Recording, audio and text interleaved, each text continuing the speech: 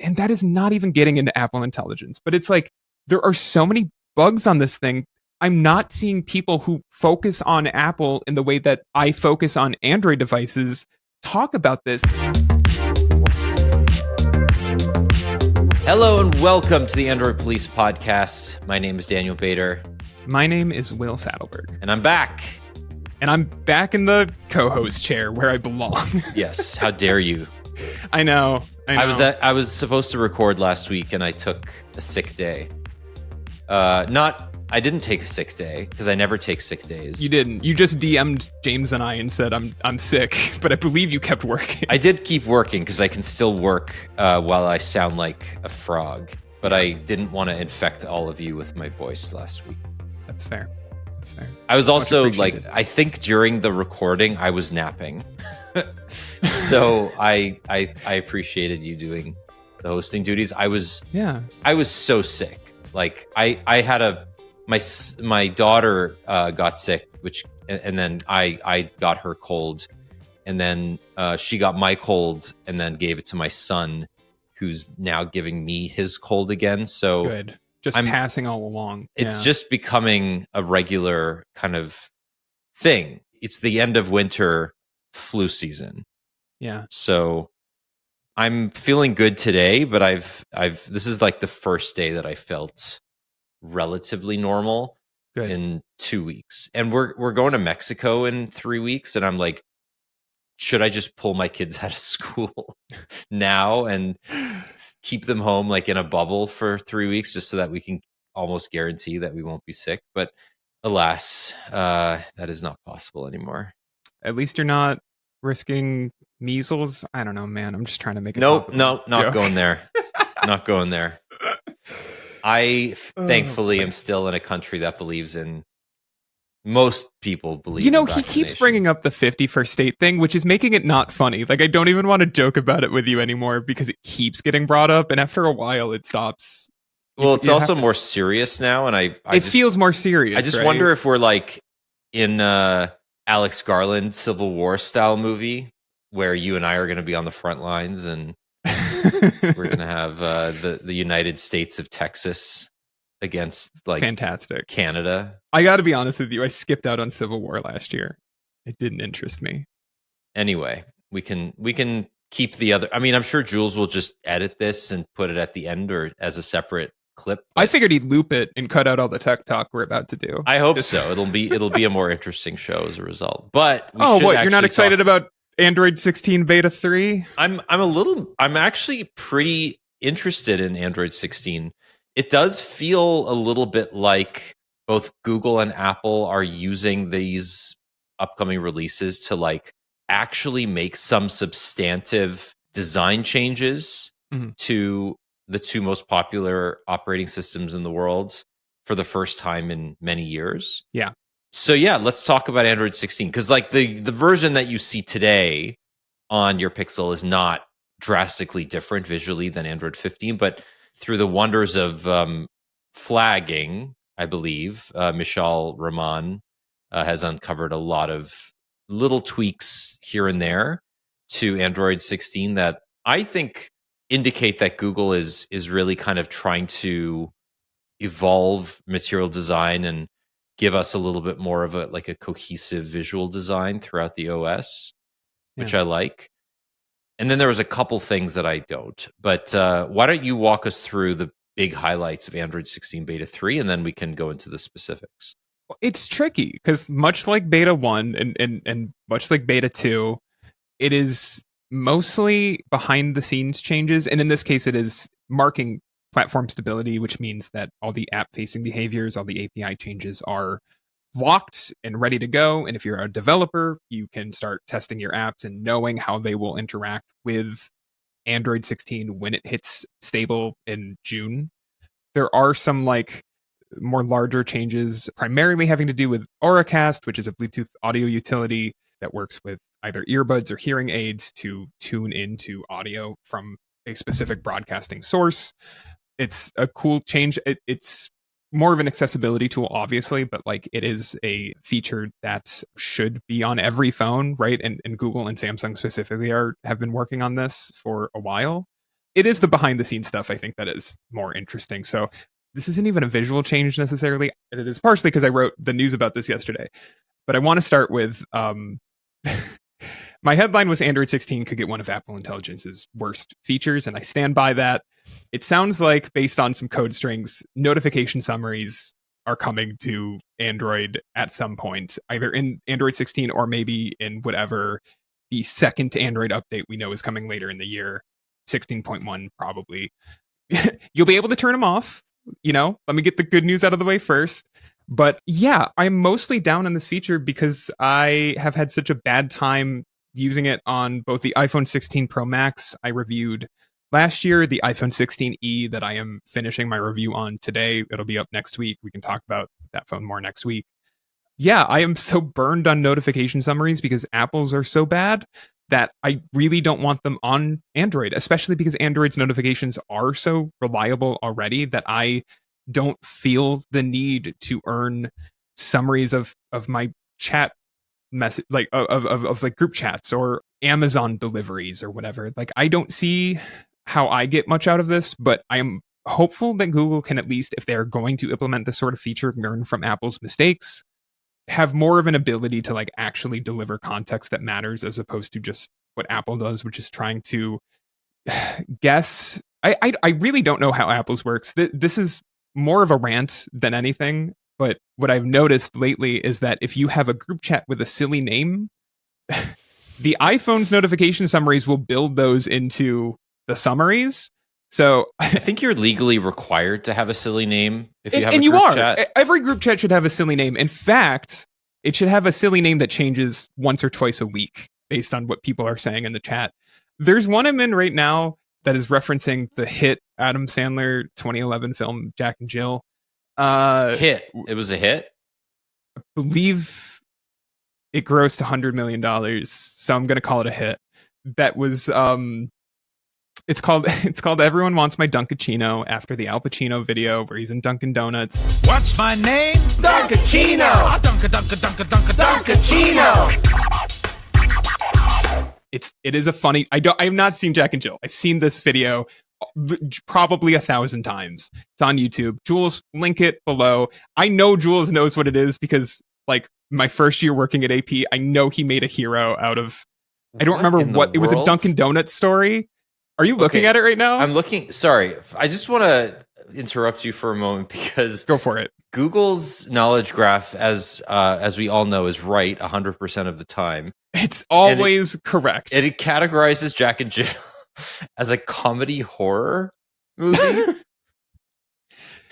I'd love to know what about this movie is horrific, other than the fact that it got 3% Rotten Tomato. This is the worst reviewed film I think I've ever seen. It's got a 3.3 on IMDb, a 3% fresh on Rotten Tomato, and a 1.5 out of 5 on Letterboxd. That is incredible. Absolutely, you're right, incredible. Daniel. I should watch this tonight instead of going to the movie theater. Thank you for telling me to do that. What is happening? I don't. This is also one of Adam Sandler's most successful movies. So you will never get me to Jesus hate Christ. Adam Sandler. I love Adam. No, Sandler. I mean he's infallible. He can do no Absolutely. wrong. He can do whatever he wants. I'm just saying this. Okay. Anyway, yeah. All this said, one of the notifications I got last night after someone shared a photo just said Dunkachino wanted photo shared. Thanks, Apple. Dunkachino wanted. Thanks, semicolon. Apple. I love that there's a semicolon. Oh, absolutely. Well, it's two different.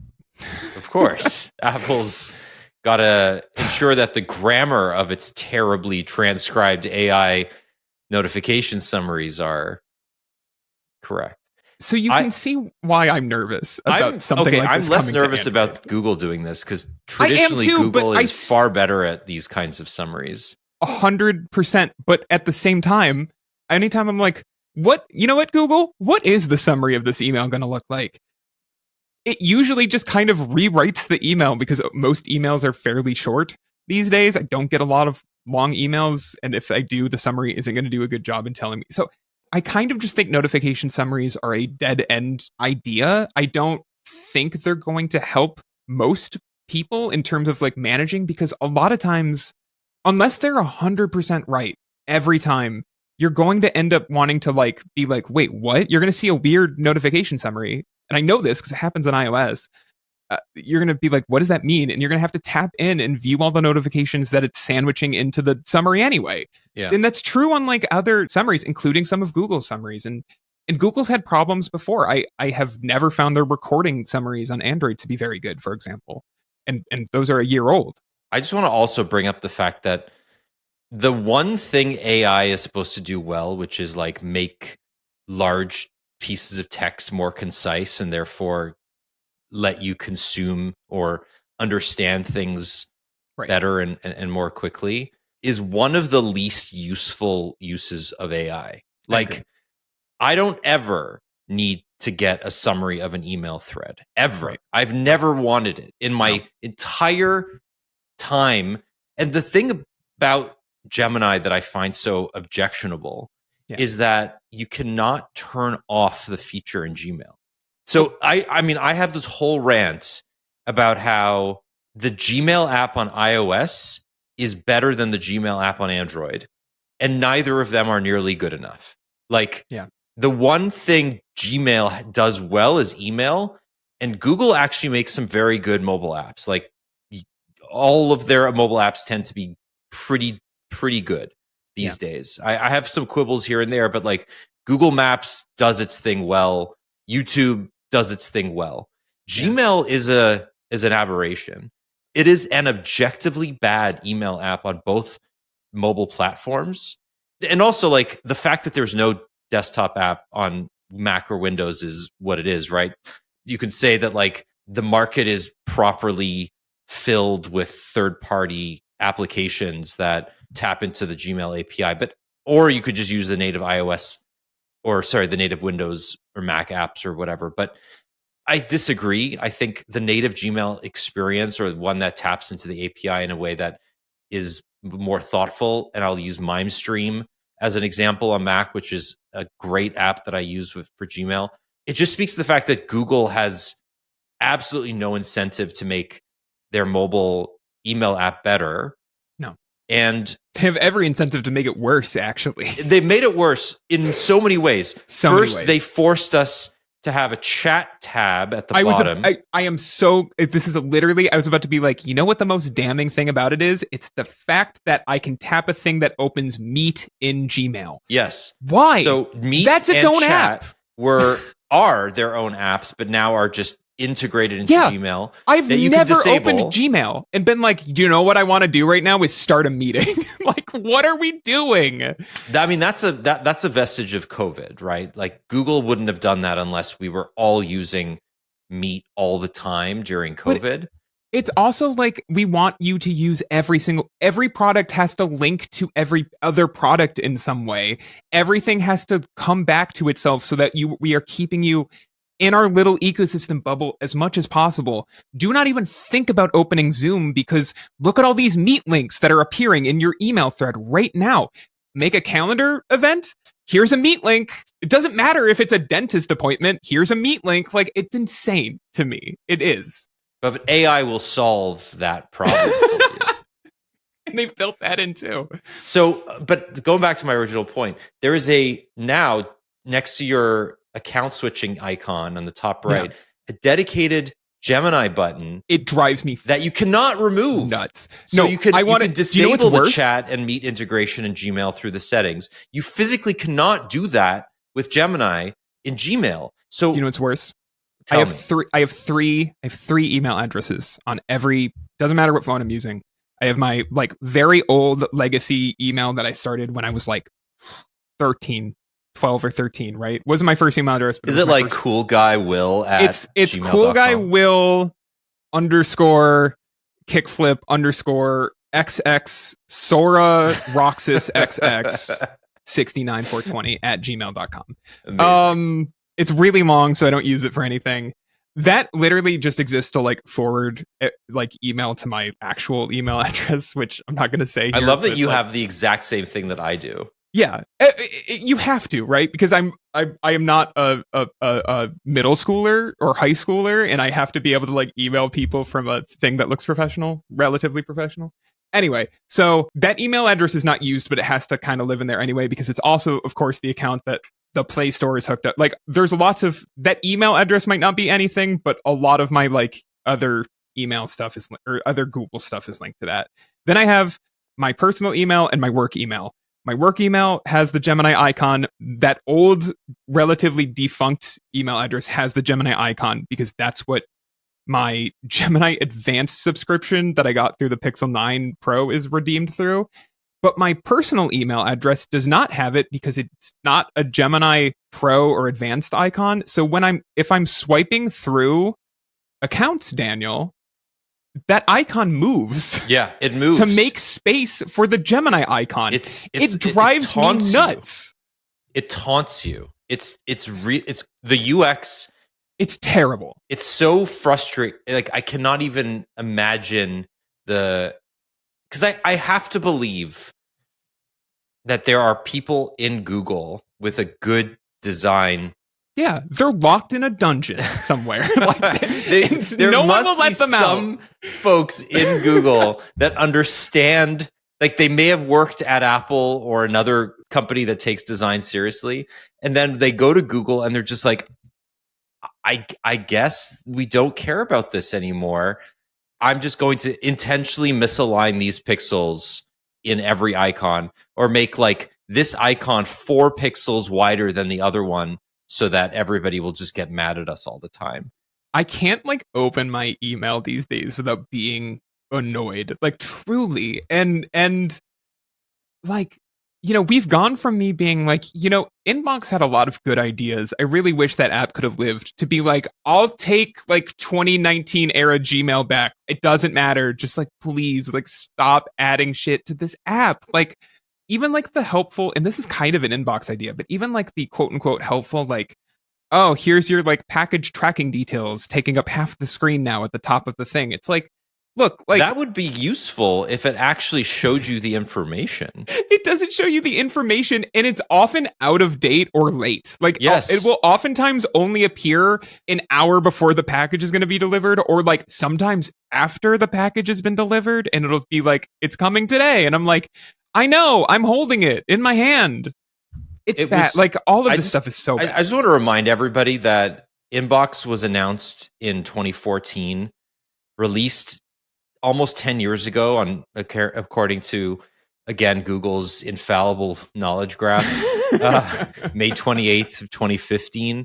So Inbox is almost 10 years old. By the way, I just gave you a great idea for an upcoming editorial.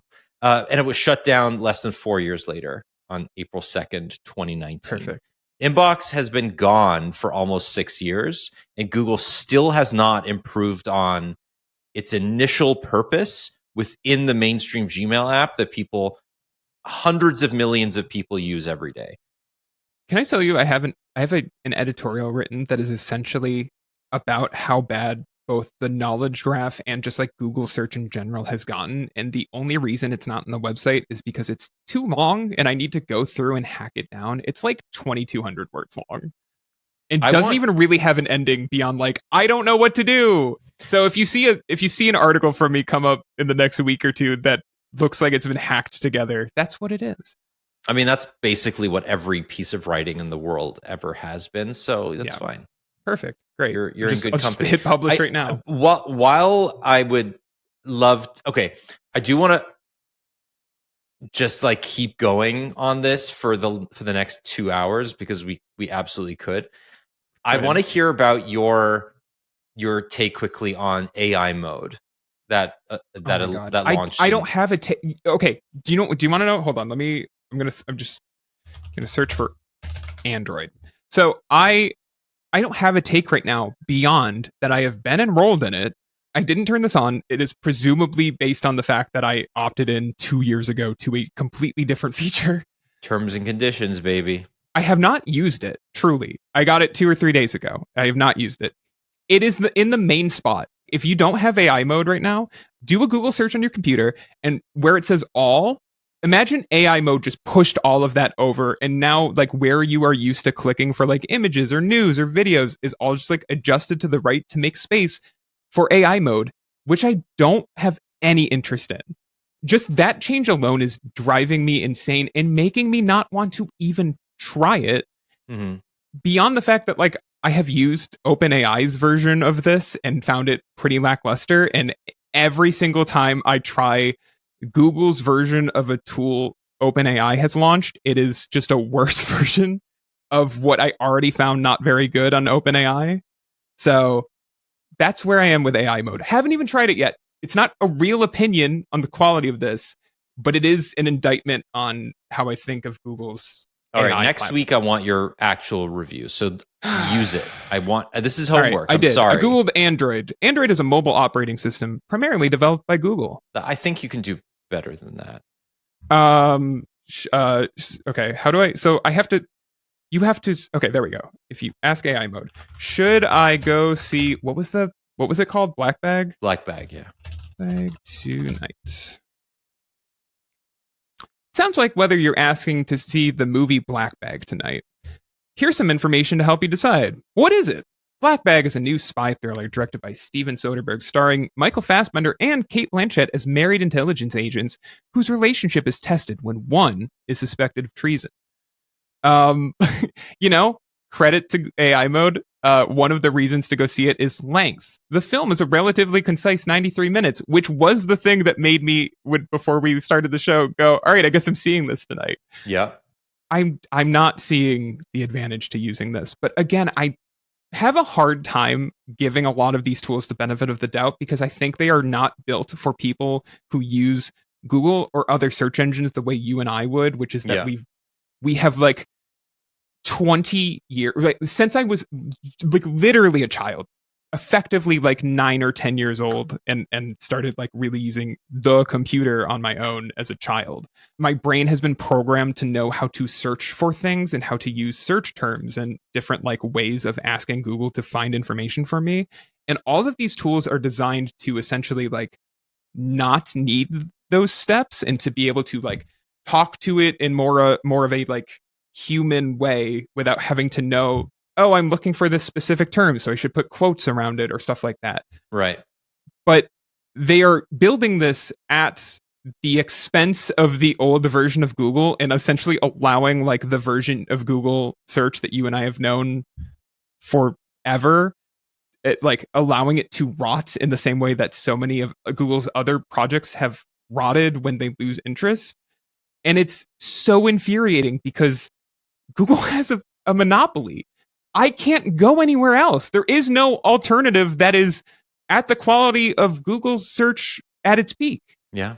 The 2,200 word editorial that I need to figure out what to do with was titled, I don't like Google search and I don't know where to go anymore. Or I don't trust Google search and I don't know where to go now. Like, what do I replace this with if it's delivering me bad results? The answer is there is nothing. Truly, like there is nothing up to the par of like peak Google circa 2018 or whatever.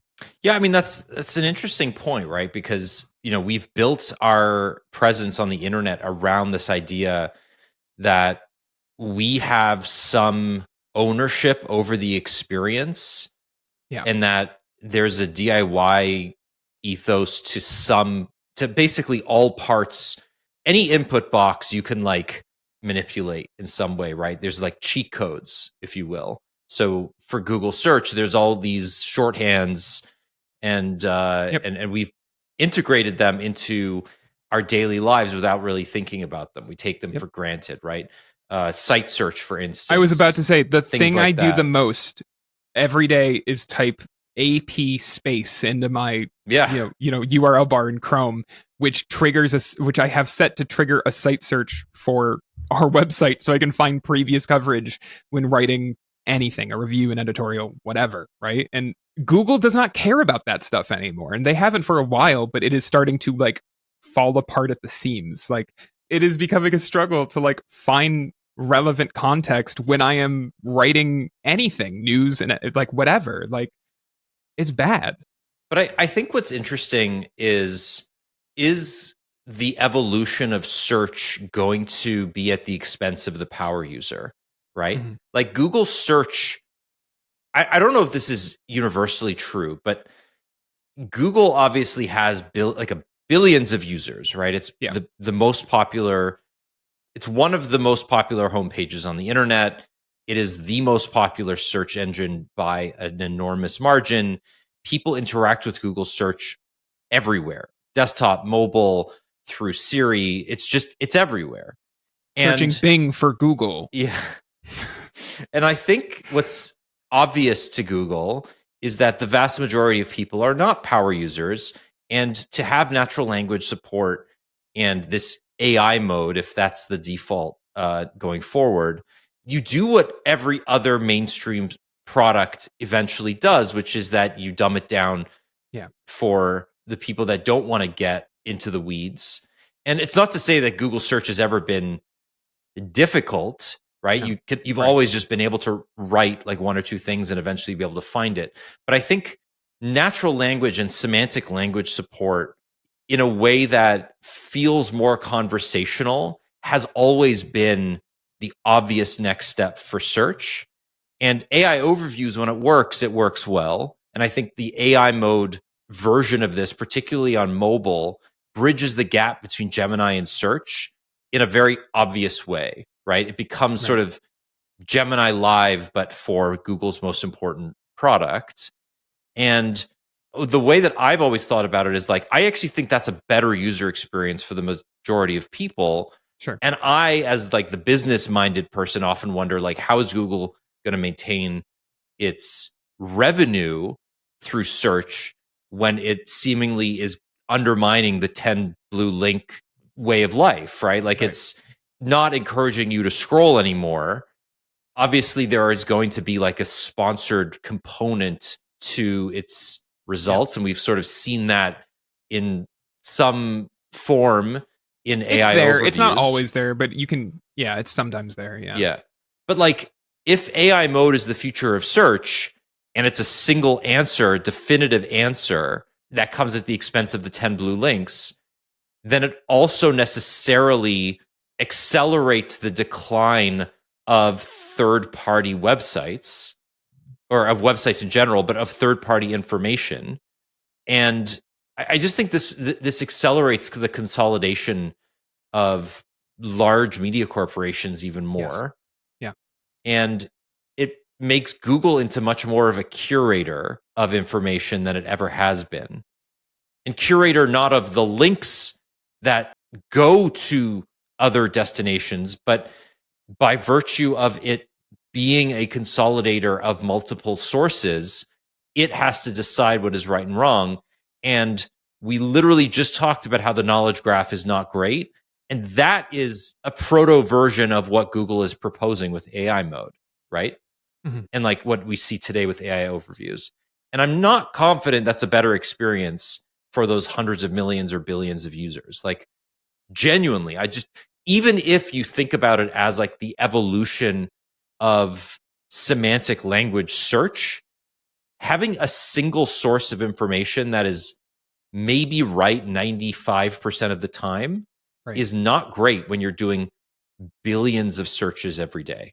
And this is my like evergreen take on all of these AI features, which is that it doesn't matter if it's 1 out of 20, 1 out of 30, 1 out of 50, 1 out of 100 times. If you are wrong 1 out of 100 times, I have to check you every time, because it's one thing if I'm just, I don't want to say a regular user, but you know what I mean. Like, but if I'm doing this for work, like in any sense, right? Like whether it's for AP, for my own projects, like whatever, like if I'm doing this for something that like I need to be right about, it doesn't save me time to have to fact check you. And often these things are wrong. Like, and even the stuff that like these AI tools should be good at, which is like parsing large amounts of data. Like, let me hand you this document and tell me every accessibility feature listed in this long change log for Android 16 or something. Obviously, this is a theoretical example I'm making, but I've done similar searches where I'm like, oh, wow, cool. Like Gemini or ChatGPT found me the like 4 new accessibility features. And then you look at the document to fact check, and actually there were 6 accessibility features. It missed 2 of them. Yeah. If you can't even assist me with the job, which is like what AI evangelists and AI advocates are kind of promising the future is, which is that like these tools won't replace workers, they'll help assist or supplement workers, which is like, I'm not not on board for. I would be happy to simplify some of the more like tedious parts of my life in terms of like sorting through information. I'm not against that, but it doesn't work well now, and it doesn't seem like any of these companies are particularly interested in making that work better.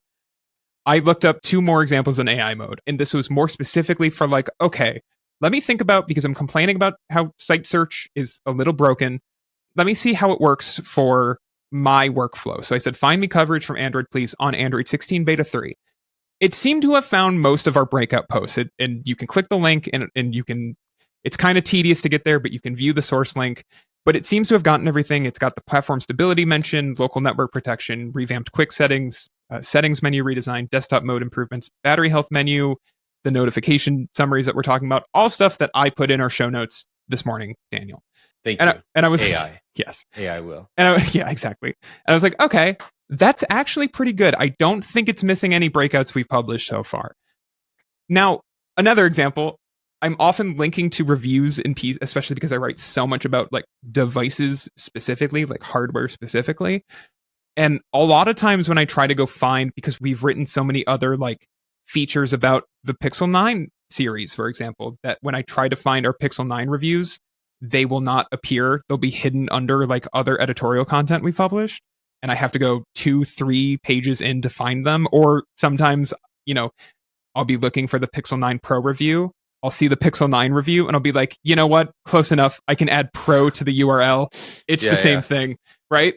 So I said, okay, find me all Android Police reviews for the Pixel 9 series. It should come back with 4 links. It came back with 10 Pixel 9 review, the Pixel 9 display review we published, the video review of the Pixel 9, why I was wrong about the Pixel 9 Pro, which is not a review, Pixel 9 Pro XL 1 month later, which is not a review, it's a video. And then it starts going into like Twitter, Reddit, whatever WPLTradio.net is. I would argue that's not a Google problem, that's an us problem. It might be an us problem, but like, should it not be, like, if this is the future of search, I'm pretty directly asking Android Police reviews for the Pixel 9 series, and it should come back with 4 links for the 9 Pro, Pro XL. Yeah, I agree with you. I agree it doesn't. But if I just do that right now and I don't have access to Google search, to Google AI mode, it will probably give me a worse result. No, and I agree. But again, one of these things where it's like, if you're launching these, I don't care if Google can put beta in front of whatever it wants, put early access in front of whatever it wants. And I understand AI mode is pretty limited right now, but I didn't see a huge advancement in the year's worth of early access time that I had for SGE before it became AI overviews a year ago at I/O. It was like fundamentally the same, like relatively broken, prone to plagiarism product that I tested in 2023. It's better today. In fact, I would tell you, last night was the first time it ever delivered an answer that the Reddit links below were not answering. And I didn't search for Reddit, just Google just prioritizes Reddit now. But I ignored it like I usually do. I went to the forum posts. None of the forum posts were giving me the correct answer. AI overviews did. And I was like, wow, this actually is the first time this has happened. I've had access to this for 2 years though. You know, like, yeah, but now it's getting good enough, and eventually, hopefully, that won't be an exception. At what cost, right? Like, how frustrated do I have to get with your product? It's certainly been at the cost of this podcast's runtime. Oh my God, I just saw the runtime.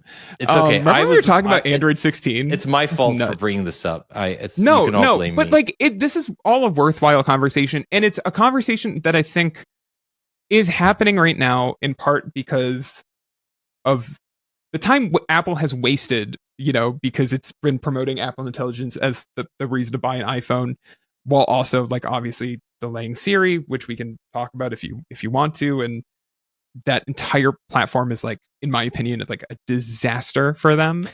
I think it's just worth bringing up quickly, mainly because Apple has very rarely, if ever, gone on the record to talk about a product delay that it intends to eventually ship, right? So AirPower, I think, is the exception here, where it got announced, it got delayed, and then it got canceled. Right. but that's a hardware. It was like a very a niche hardware hardware thing. product. Yes. It doesn't. It's not a software feature. There was no Bella Ramsey ad airing in between every football game I watched for 3 months, right before they changed to like their Christmas ads. It's a like, good ad too. It's a actually good pretty ad. good ad. Go find a mirror of it because you won't find it on Apple's website anymore. Yeah. You know, it's like they never advertised AirPower. Like that never had a flashy ad of like coming soon. It also didn't get like the story of AirPower didn't get retold every single time Apple made an infomercial for like a year. Right. We heard about this at WWDC and then again during the iPhone 16 launch. And then subsequent launches have all included this idea that your hardware is enhanced by Apple Intelligence with an upcoming update to Siri that will make it context aware. John Gruber wrote a really effective takedown of Apple that you should all go read, and we can link to it in the show notes. But yeah, essentially he's saying... It's a little frustrating it took him. I was frustrated that it took him like 6 days to get there because I was like, John, like if Google did this, you'd be like all over it. Like, how did you not? But yes, it is it is worth his like mea culpa of like, no, you know what? The signs were there the whole time that this product was not even close to ready, was not coming soon, and was probably going to be bad if it did. And like, agreed, except, and he says this in the article, and you can agree or not, and that's your prerogative. But he says that the reason it took him this long to get there is that he's always given Apple the benefit of the doubt. That when it says something is coming, it is one of the rare companies that follows through on that promise, right? In my opinion, it is not that Apple hasn't been shipping products. It's that I think the culture shift has happened at Apple. I'm not even saying Apple fanboys. I'm just saying that like I think the reason that like this idea hasn't permeated into the culture about Apple no longer being the company it was 10, certainly 15 years ago is because it's been running on that goodwill. But like iOS 18 is filled with bugs. And I'm not talking about anything with Apple Intelligence. I'm saying there is a like now 3-year-old autocorrect bug that anytime I'm on an iPhone drives me insane. No. It's worse than that. Yeah. Every iPhone 16 comes with a vial of bed bugs that when you open the box, it just like explodes. And not the 16e though. They had to cut that. To get they didn't. They didn't have the budget for the bedbug feature. You just get what do you get? You get the norovirus. It's a much smaller bug, but it just makes you barf for 3 days. Sorry, I just read this very very detailed piece about the norovirus and how it's the worst. Why are you doing that to yourself? Because it got I got a Globe and Mail notification. It's like the US is dealing with a government shutdown right now. We're like, hey, we have a Goldman Sachs banker who's the new prime minister for 3 weeks. And by the way, norovirus is the worst it's been in of all time. Canada's news cycle is just different. It's just a different vibe than like it's constant constitutional crisis going on over here. Yeah. Anyway, sorry. But like, you know, in my opinion, like, and I'm sorry, I know this is an Android podcast, but like, iOS 18 is like about as buggy as people complained about like earlier versions of Android being. And I'm talking like 10 years ago. I'm talking like Android like 4 and 5. Like, I am constantly having like try to move an icon on Android or on iOS today, right now, and good luck. You know, the control center, is that what their quick settings is called, right? Control center. I just have icons disappear in that thing constantly. They'll just like, I'll be like, where did the calculator shortcut go? There's like a ghost of it here. I can see the tab to resize it, but it's gone. And then like 2 minutes later, I'll open it again and it's back. But it's in a different location. And that is not even getting into Apple Intelligence. But it's like, there are so many bugs on this thing. I'm not seeing people who focus on Apple in the way that I focus on Android devices talk about this. And I feel like I'm losing my mind because I've always been very quick to be like, hey, Google, like you have Pixel problems. Your Pixel, like I wrote it after the Pixel 8 came out, where I had two Pixel 8 Pros in front of me, and one of them was like unusable because of like a bug that had launched out of the box. And I'm quick to call that stuff out, and other people are too. And I want to know like where that is for like people who use and cover iOS daily, where I'm like, every time I switch to this platform, it's like worse than it used to be. It like, and no one is ready to call this out. And I'm really hoping that the Siri delay is like the catalyst to being like, hold on a second, like, is this platform kind of broken? And have we been ignoring that there are like problems with this with iOS that have gone just untouched as Apple chases AI primarily to please shareholders, right? And now we're hearing that iOS 19 is going to have this huge like visual overhaul, and I'm like, great. So not only are those bugs almost certainly not going to be fixed, not only is Apple Intelligence kind of a waste of time, but you're going to like slap a new coat of paint on it to try to sell it as like, look guys, it's the brand new iOS, like better than ever. And like, I remember iOS 7, it was filled with bugs, and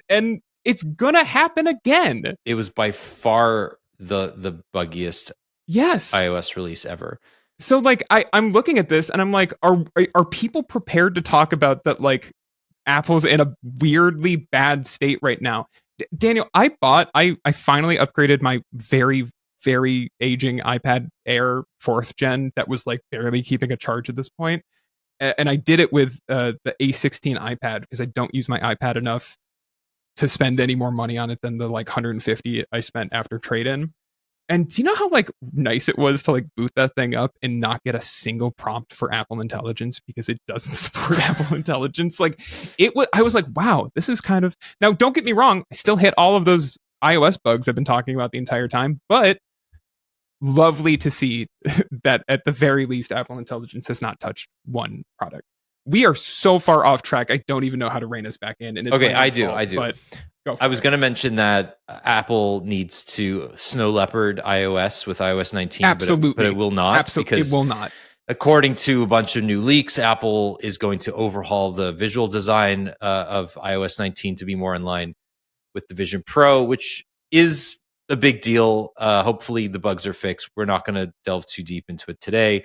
There is one iOS-like thing that Michal uncovered with Android 16 Beta 3. It's not widely available yet. You have to enable it through a flag, but Android 16 may split the quick settings menu similar to iOS and similar to basically everyone. Android OEM now. It's everyone, but like OnePlus has it, Motorola has it, every Chinese OEM has it. Like Google is essentially last to this.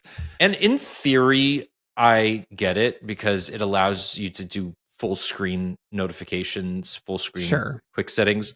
In reality, and again, like this is early. Like I would say this is probably pre-alpha stage. So it's, if you look at the video, it doesn't seem like it's going to come in Android. Like whatever Android 16 is launching in June, it doesn't seem like it's probably not going to. It might come in like the second release, one. or it'll come in Android 17 next year. But the current integration is janky as all hell, and I don't recommend anybody. I mean, whatever, you can't use it right now, but I don't love this. It's not great. I don't like it on the Galaxy S25. I've tried it on every phone that offers it, and I always end up switching back because thankfully, at least most of the phones I've used right now, you can. Yeah, every Android OEM allows you to, and Apple does not. Right. So that might be coming. A bunch of other stuff in Android 16. They're getting a settings menu redesign again. I feel like this is the third year in a row where settings is getting a slight redesign, although this isn't a major one. This is more of like a visual tweak, if you will. Yeah. Which looks good. Yeah, it's fine. It's like I it doesn't really improve anything. It's just like different. Do you know what I mean? Like it's change for the sake of change a little bit. Like it's an evolution. Exactly. Sure. Android 16, according to Michal, could get a PC-like external display tool.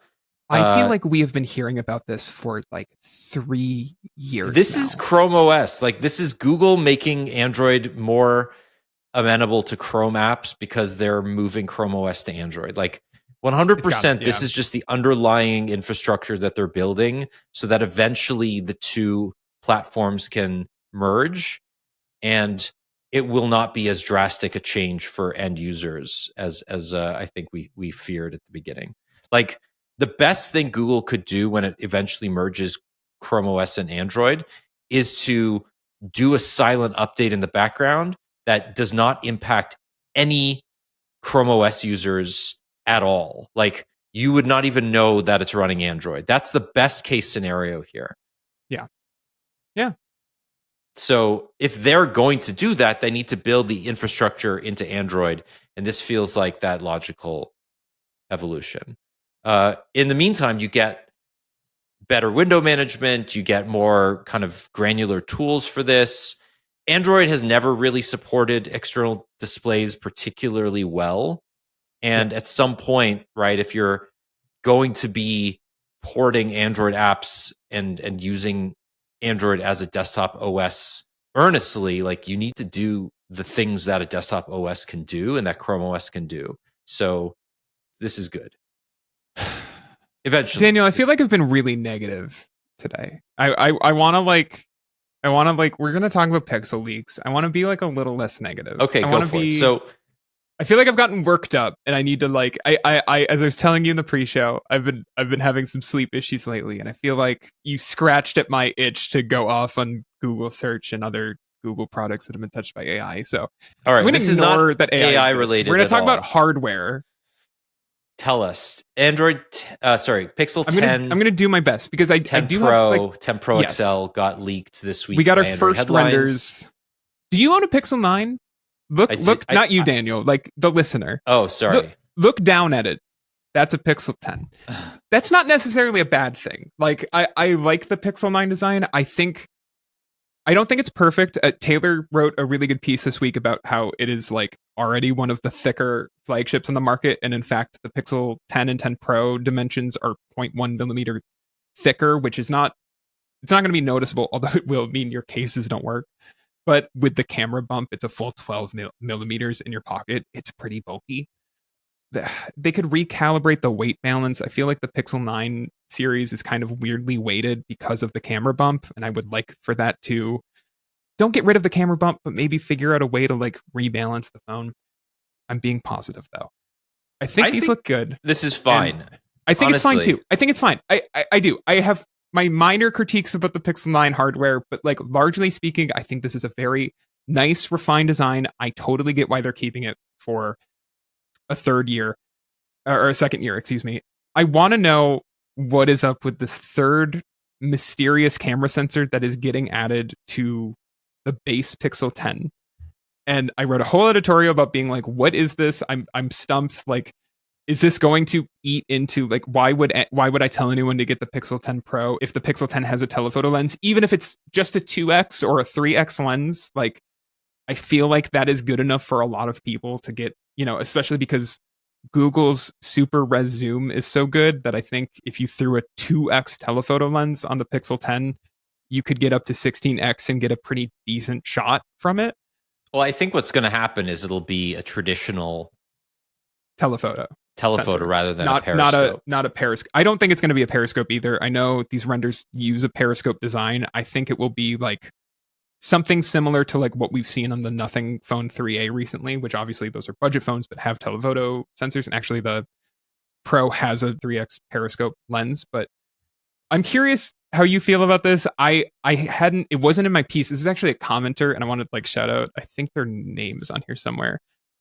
Troy said that he feels like it was linked to Project Astra and like using AI through like lens, right? And like that sort of stuff. And I totally think that I'm mad at myself for not having thought of it, but that would not surprise me at all if they're like, we want people to be able to zoom in more so that they can do AI searches or AI functionality from the camera on the base Pixel 10. But I'm curious what you think about the idea of some kind of telephoto sensor coming to the base Pixel 10.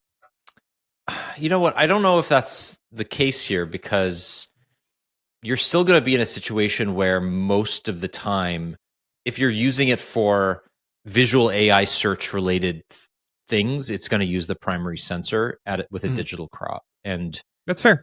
I don't That's know. fair. I mean, it's possible that they just want to further differentiate the baseline pixel from the A series, right? The A series has an ultra wide sensor. It's getting closer and closer to the baseline pixel. It is. At $300 I feel like that's less. pretty differentiated, though. I feel like I get what the difference is between like the A series and the 9, the base 9 right now. Like I know what I'm getting for that. Like I don't. Yeah, I think so. I think it's a much better design than the 8A.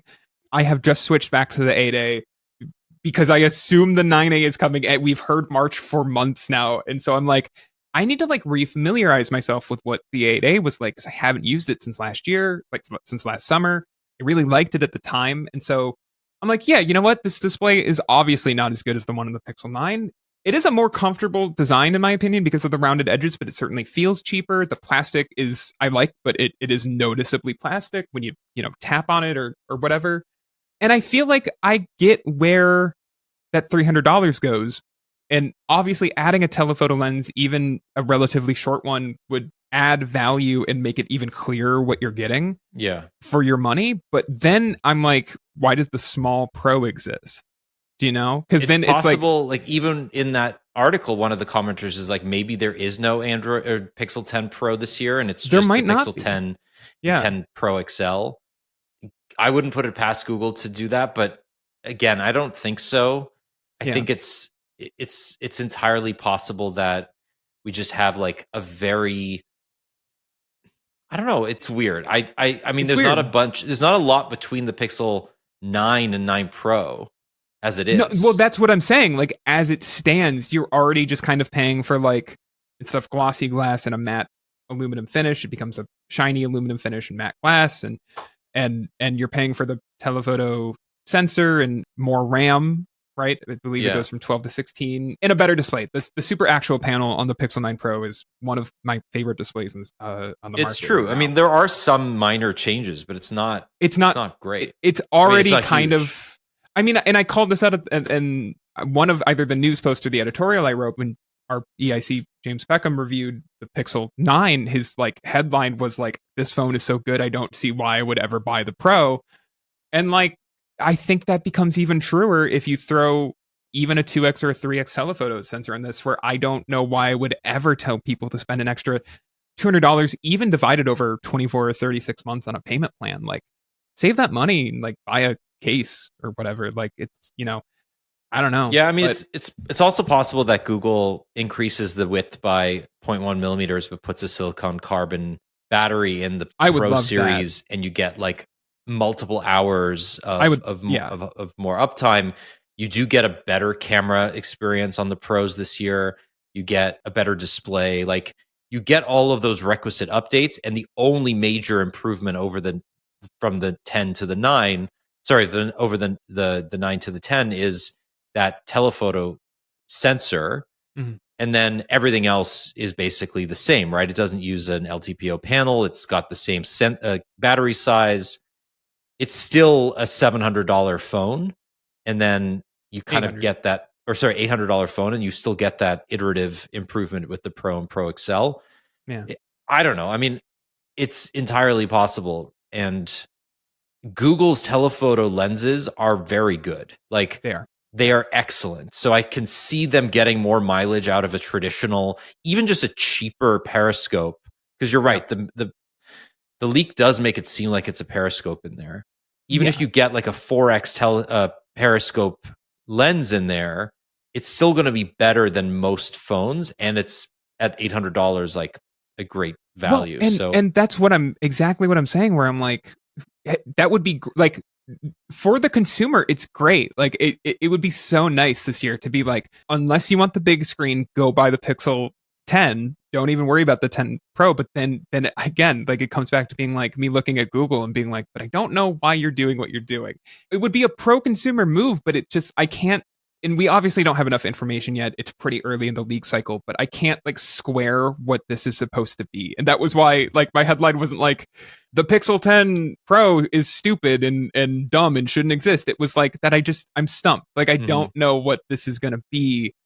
until we either get, official information from Google in several months or more Yeah, I likely mean, leaks. we'll find out eventually. It's The not. It Pixel won't take 9a too leaked long. at a wrestling match this week. It's not in our rundown, and like we don't have to talk about it. But like I just like since we're talking about how bad or like that Pixel leaks will happen. I love it. It's so silly and funny how things where things leak.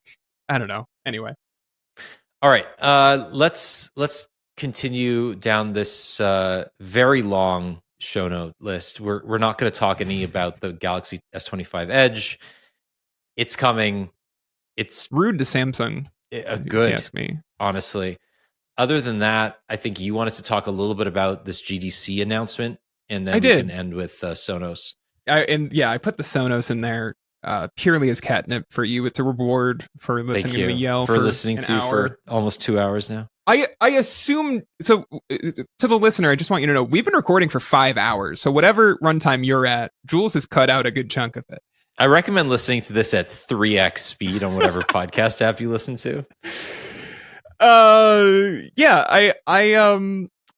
Google made some announcements ahead of GDC next week, and basically, like, I think most of them are good. This is like the first time that I've looked at their play games on PC initiative and kind of figured out what they're trying to do. So it's, I'm going to try to summarize it quickly because there are a lot of announcements.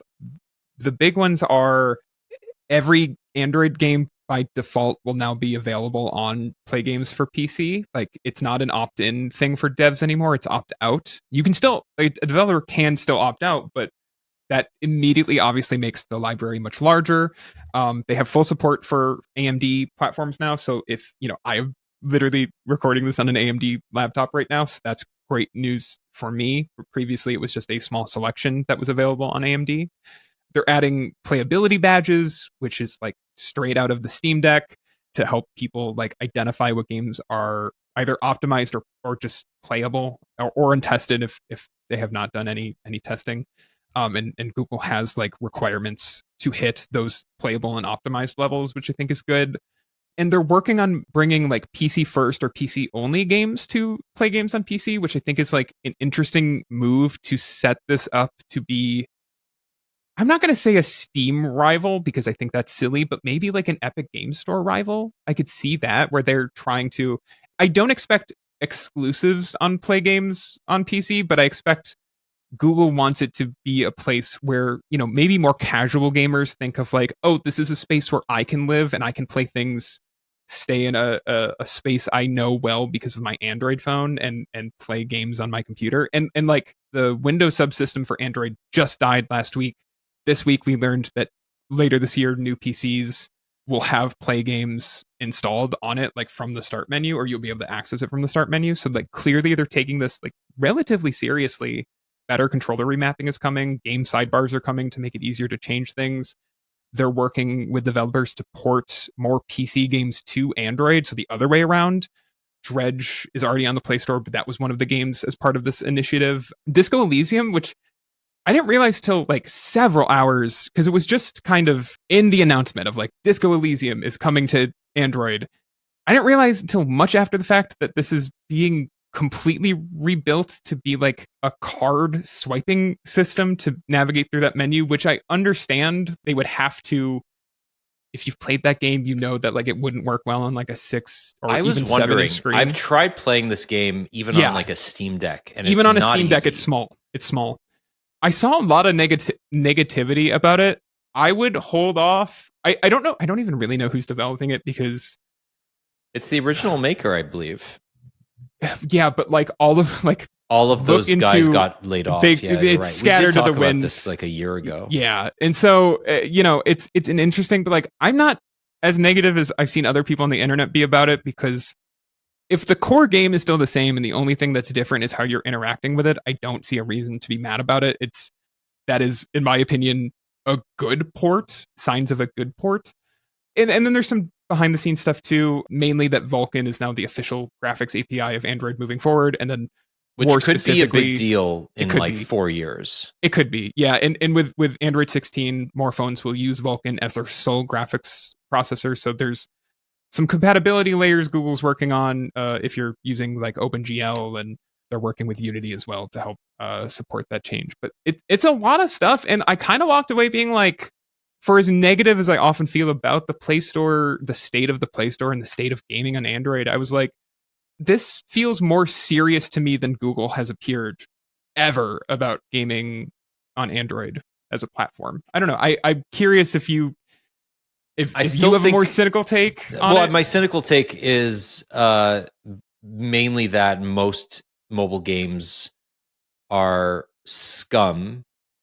Totally. And that absolutely the vast majority of the games that will eventually hit PC are just blown up versions of free to play trash that nobody absolutely should it is spending their time or money on. And the fact that like I like that Disco Elysium is getting adapted. It's weird that's an Android exclusive, because how many games can you say are Android exclusive anymore? But we've talked about how Play Pass is not really a compelling value proposition, and how it's not really incentivizing developers to adapt games to mobile the way that Apple is bringing great mobile games to Apple Arcade that are built without in-app purchases from the beginning. And when Google is still trying to sort of hold on for dear life to this idea that developers should put their games on the Play Store over, say, the Epic Game Store or any of the other third-party alternatives that it is being forced to make more friendly on Android. Yeah.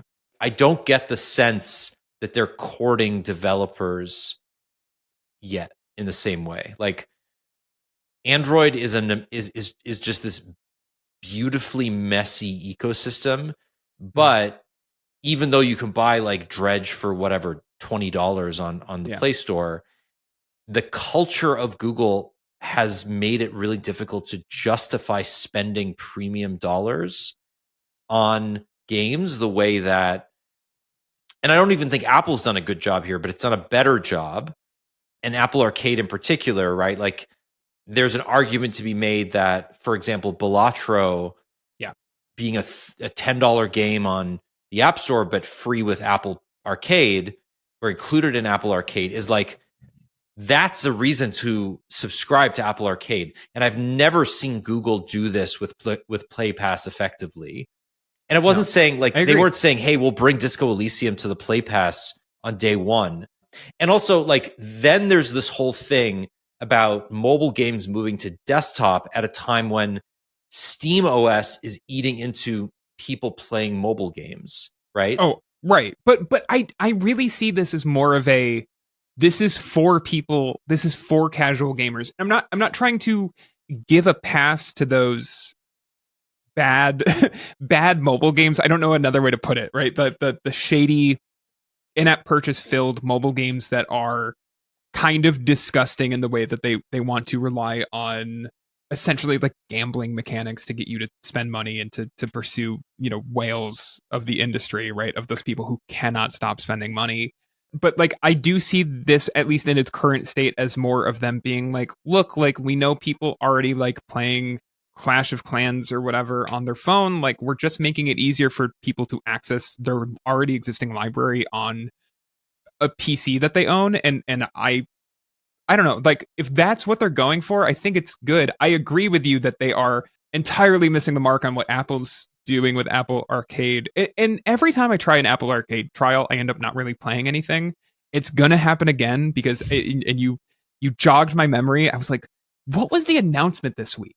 I was like, when you mentioned Apple Arcade, I was like, oh, there was something this week that made me go like, damn it, they're gonna get me. I'm gonna sign up for Apple Arcade again. There's a new Katamari game coming exclusively to Apple Arcade in April. Cool. April 3rd, I think. Katamari Damacy first rolling live. First original game in 8 years, it says. And Google's not doing that, right? Like, Google is not chasing these exclusives or anything. And it might just be two very different approaches to this.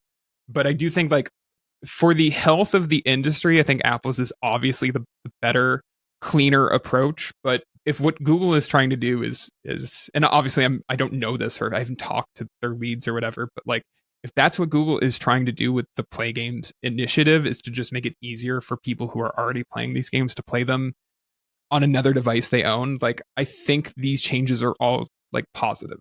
Yeah, I guess I'm just very I'm so cynical about gaming on mobile that fair and you should be, and I would tell everybody that the only game that should be installed on your phone is Balatro, because because then you're never going to play anything else. And as we've already established, you shouldn't be playing anything else. You should just be playing Balatro, because it's only going to take those $10. And like, really, what were you going to spend that $10 on? Starbucks? No. Just play it at the Starbucks. Just walk in, sit down at a table, don't buy anything, and just play Balatro all the time. Okay. I got Balatro hit Game Pass, and I've been begging past and future guest Joe Maring to get into Balatro for months, and he has Game Pass, and so he downloaded it, and now 1 to 5 times a day I will just get photos of his high score in Balatro. That's all he is DMing me. You have ruined his life. I tried to get him to buy it on mobile, and he's like, I can't. And I was like, why not? He's like, because I will not get anything done in my life if this is on my phone. Like, it has to live on my TV, or I will not do work. No, I agree. And also, I remember this is now 11 years ago, but I had the great idea of buying Threes for my wife on her iPhone. Threes is so good. And it's been now 11 years of her playing that every single day. Yeah. So yeah.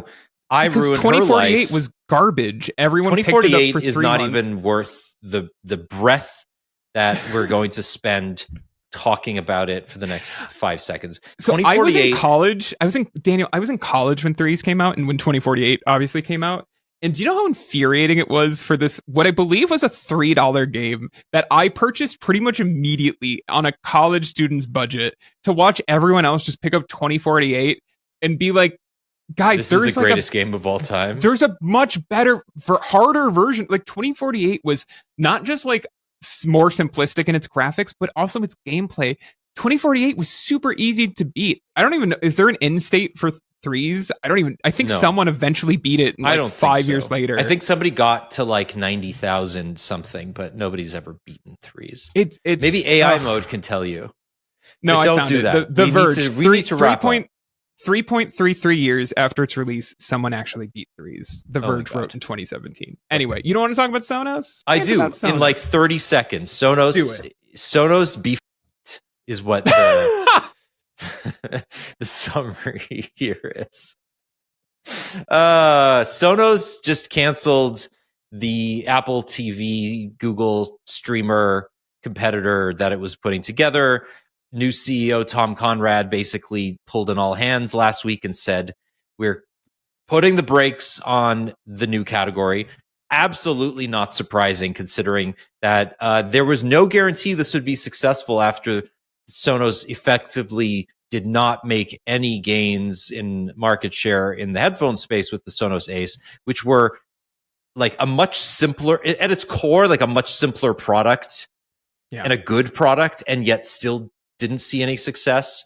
So I don't think they had a chance in hell to properly compete with literally every Samsung TV or every Roku TV or every streaming box, every Amazon Fire Stick. Like this is such a competitive category. This should have launched, if they were going to do this, it needed to launch like 8 years ago. It did need to launch 8 years ago. Not to mention the fact that, according to rumors, the operating system that was going to work on this thing was being built by a marketing company, Trade Desk. It wasn't made by Sonos itself. It was made by a marketing company. This was an ad play for Sonos. This was a services revenue play for a company that has always made its money selling high-end hardware.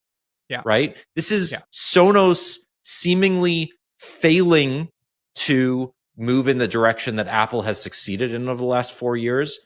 And I will speak to the fact that at every possible opportunity, I listen to Sonos Radio, even though Sonos makes it basically impossible to listen to Sonos Radio. Like that is an indictment of Sonos's services prospects more than anything else. Sonos Radio is objectively a great product that is completely obscured by the fact that you cannot listen to it on headphones. Right. Like, just think about this for a second. No, you've talked about this before. I know it's that, nonsense. but I cannot it's get nonsense. over the fact Yes. that you cannot listen to a streaming music service over Bluetooth headphones. It's absurd. Like, Sirius XM is more user friendly than that. And It that's has the nuts, worst. because Sirius XM is a terrible, terrible service. I subscribe to Sirius XM. No, it's great. The app is absolutely garbage. The app is so bad. And they launched a brand new app in 2023. It's still bad. And it's still awful. It's still bad. And it's yet that is a way better $10 a month that I spend than I would spend $8 a month on Sonos Radio. Absolutely. HD. Like, the curated radio stations on Sonos Radio are incredible. I believe it. Yeah. Incredible. There are tastemakers. Tom York has his own station on Sonos. Well, Nobody knows tell me that, because now I have to go buy a Sonos product so I can listen to it, because I didn't know that. It's so absurd to me that we they need to are... have... Anyway, so going back to this news report by The Verge, I'm not surprised they're canceling this. It would have been a disaster. Go back to making good speakers. That's what you've been known for 20 years. You're never going to compete. I don't know if they can dig their way out of the hole at this point, to be honest with you. I don't know either, but at least like canceling all of the new stuff is the right move. This is BlackBerry basically just like realizing that the Storm 2 was not going to work and not making a Storm 3. Like, I just don't know what else to say. The parallels between Sonos and BlackBerry, although not really. Like, there are other extenuating circumstances. No, but here. I hadn't. You're right. There is a link there. I hadn't thought about it. Not to mention that's funny. That former CEO was what's his name? Patrick Spence is Canadian and has a history at BlackBerry. So I don't know. I mean, maybe he's just cursed. You and I should have a real conversation on this podcast whenever there's a slow news week about how good human curated radio is. It like playlists are. Dude, because it's like I truly so like much. Algorithms are not a replacement. Like I find so much more music in just driving around in the car with Sirius XM on than I do through any streaming service. It's true. Okay, this is the longest show we've ever done. It's fine. Jules is going to cut 45 hours from it, so it's fine. Okay. What's making you happy this week? Okay, what's making me happy besides the fact that this podcast is almost over is this. It's got to be a visual. What's making me happy? There we go. My wife got this for me a couple of weeks ago. It's a Lego orchid. I'll say it's part of their botanicals collection. Yes. Daniel, there are, I want to say like eight or nine at this point, Lego botanical flowers around. Oh no, I have all of them. They are. Oh yeah, so are, does Maddie. Maddie has. Yes. They're all. The succulents are so cute. Yeah. So I have Maddie the has built succulents. all of them. Yeah. And they are incredible. I actually built them with my daughter. It was the first Lego thing that we've built together, and I'm gonna spend Saturday building this orchid with her, and I'm really excited. Beautiful. I have been getting Maddie like the Lego flowers kits for things like Valentine's Day or anniversaries or whatever for the last couple of years, because they're about as expensive as buying like a bouquet of flowers from a nice like flower company. But because we have cats, there are lots of bouquets of flowers that we can't have in the house. Yeah, fair. Like I can basically buy roses and feel safe. And otherwise, like I'm always like, is this gonna have a lily in it? Like, is this gonna like kill my cats? But the Lego rose is safe for cats. Roses are fine. Yeah. Oh, okay. Nice. Everything else is like can be range from like, oh, if they eat it, it's a problem, to like if they're near it, it's a problem. So yeah, it's Lego's kind of killing it right now. I mean, look, they just launched their first Bluey collection, which means everything is better. Everything's better. I agree. No, Lego's good. Good time to get there. It's expensive, obviously, but good time to get into Lego, in my opinion. And what else are you gonna do while the world burns? A fun project that doesn't keep you on your phone. You know, keeps you off your phone. Yep. Put the phone down. All right, that's it. Well, sorry. What's making you happy this week? I forgot. What the? So last week, I with James, I was sitting here and I was like, I know I'm forgetting something that I watched. So it's now technically been 2 weeks since I watched it, but I'm gonna promote it anyway. If people out there are fans of the comedian Connor O'Malley. He's been in a lot of like Tim Robinson stuff. He's done a lot of stuff with Joe Pera. He's on Seth Meyers like all the time because I believe he used to write for the show. I love Connor O'Malley. I think he's very funny. I was not aware that he made a film last year. It's about an hour long. It's called Rap World. It is on YouTube. You can go watch it right now for free. Rap World, I don't even want to tell anybody what it's about because it is better if you just go in not knowing anything, but it is essentially about a night in 2008 or 2009, I forget what year, where a bunch of like friends set out to make a rap album. It is one of the most like period accurate films I have ever seen. If you told me it was shot in 2009, that they had traveled back in time and shot it and then came back, I would believe you. It's hilarious. I would recommend having a couple of drinks perhaps before watching it and not being entirely sober if that's your thing. But regardless, it's super funny. It is not for kids, but it's very funny. It's about an hour long. It's free. I gave it 5 stars on Letterboxd. It's great. It's one of my favorite movies of last year at this point. So love it. Rap World. Okay, good to know. All right, that's where we're going to leave it this week. Thank you for listening. I think we should do another 15 minutes. I think we should go. It's like it's time for me to like go to sleep now. It's been 9 Daniel, hours.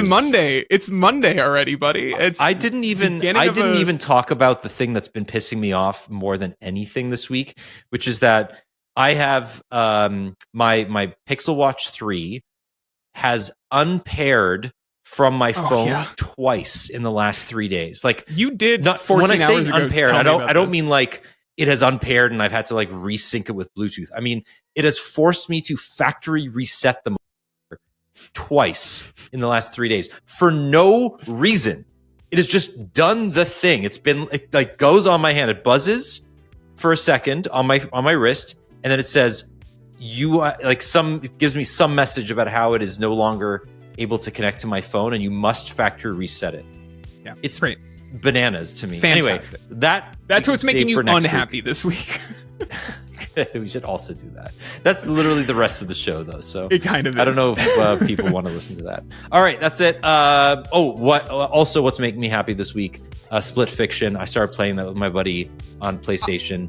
I'm selling Maddie on it. I want to play it so bad. Okay, you and me, when I'm finished this run, it's so good. I will play it forever. It's amazing. Awesome. So Split Fiction, go download it. All right, that's the show. See you later. We love you. Bye-bye.